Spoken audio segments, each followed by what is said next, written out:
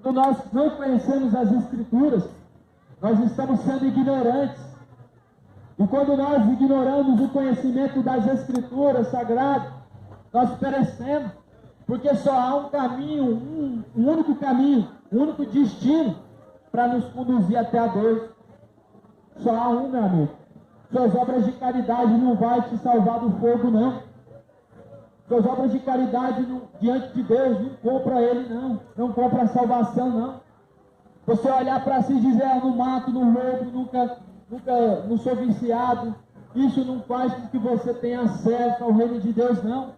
O homem, ele tem que buscar fazer a vontade desse Senhor. Ele tem que buscar o pleno conhecimento desse Senhor enquanto há tempo. E olha só o que vai dizer em Romanos capítulo 1. Livro de Romanos capítulo 1 vai dizer assim: tendo em vista como eles não se importaram de ter conhecimento de Deus, assim Deus os entregou aos seus sentimentos malignos e perversos para desonrarem a si mesmos. Você tem noção do que é isso?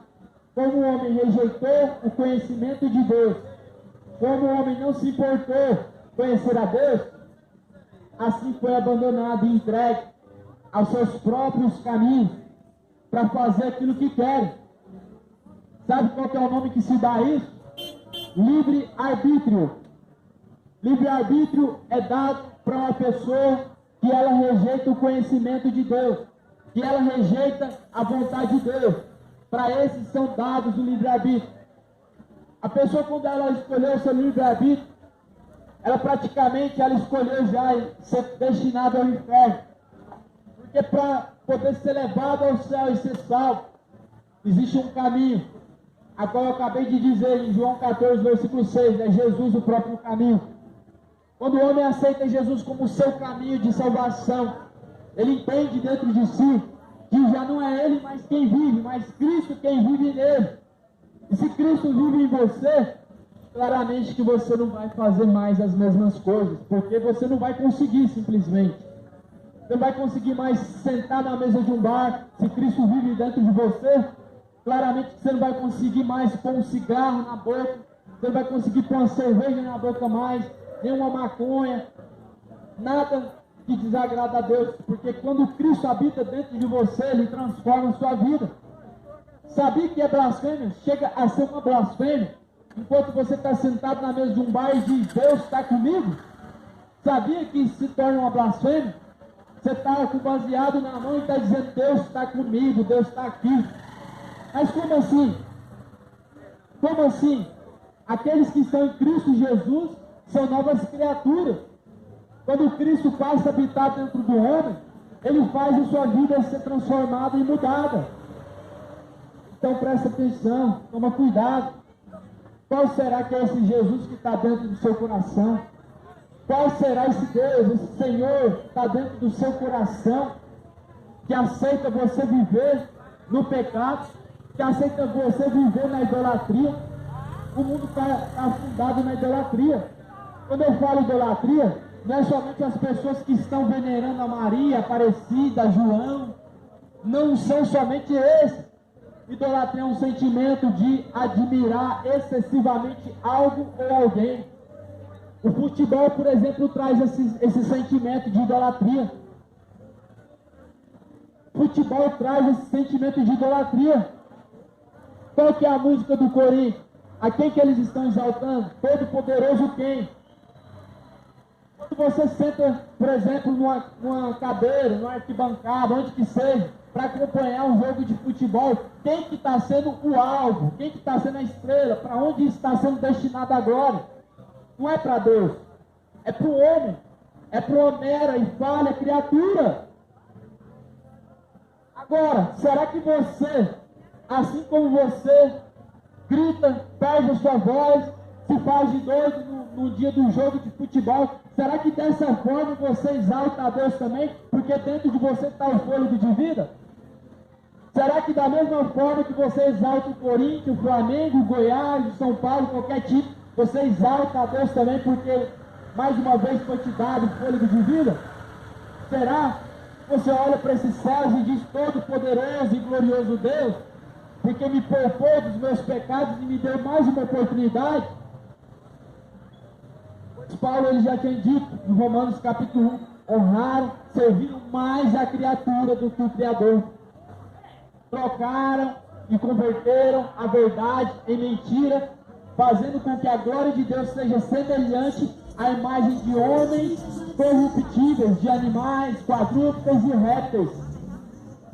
Presta atenção nesse versículo. Fizeram a imagem de Deus semelhante de animais, quadrúpedes, répteis. Qual que é o mascote do seu time? Quadrúpedes, porco, ave, urubu. Transformaram a glória de Deus vivo em imagem de animais. Então, simplesmente é isso. O futebol traz esses sentimentos de idolatria que coloca o homem exaltado. Logo o homem que é falho e pecador, logo o homem que rejeita a Deus. Por isso, bairro da Vitória, ouça essa palavra. O que você tem que compreender somente é uma coisa: é tempo de conserto, é tempo de mudança e transformação na sua vida. Todavia, aqueles que dão ouvidos à palavra de Deus, o próprio Espírito Santo convence ele dos seus maus caminhos. Esse discurso aqui não é um discurso de ódio, não é um julgamento, não é um apontamento, não é nada disso. É apenas um alerta. Apenas um alerta. Pois para isso foi escrito este livro. Para isso foi deixado a Sagrada Escritura. Para corrigir, para exortar, para que o homem ele possa se colocar na forma qual Deus quer. Pois é chegada a última hora. Busca o Senhor enquanto se pode achar. Invocai enquanto Ele está perto. Jesus Cristo está voltando. Essa é a mensagem que eu trago a vocês. Uma mensagem breve, uma mensagem rápida, somente um alerta. Eu não sou enviado por nenhuma denominação religiosa. Eu não venho aqui pedir nada do teu bolso, somente peço que você tenha mais Ele em buscar a Deus enquanto há tempo. Pois estamos vivendo nessa terra o princípio das dores, e isso é fato.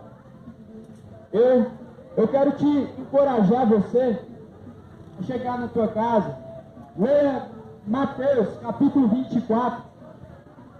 Quando você chegar na sua casa, Deus te fará lembrar disso. Você abre a sua Bíblia, lê em Mateus 24.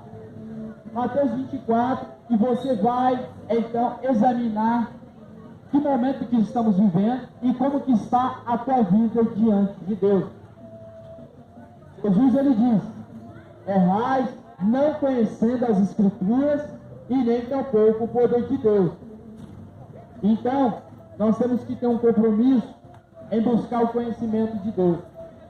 Eu quero deixar uma recomendação para você. Eu te peço que você ouça isso.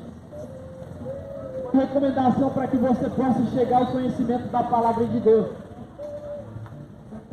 Já li a Bíblia Sagrada por 7 vezes, de Gênesis a Apocalipse. Eu quero recomendar para você algo, para que você também chegue ao conhecimento da palavra.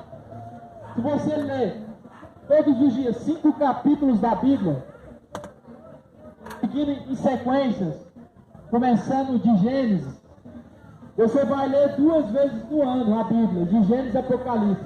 2 vezes no ano você lê a Bíblia praticamente inteira. Se você seguir essa recomendação, você vai ser mais do que bem-aventurado. Está escrito em Apocalipse 22, bem-aventurados aqueles que ouvem, guardam as palavras da profecia deste livro, porque já o tempo do Senhor está próximo. Bem-aventurado significa mais do que feliz, e mais do que feliz são aqueles que confiam no Senhor e andam conforme a vontade de Deus. Deus abençoe o bairro da Vitória, e que a graça e a paz de nosso Senhor Jesus seja na tua vida. Amém.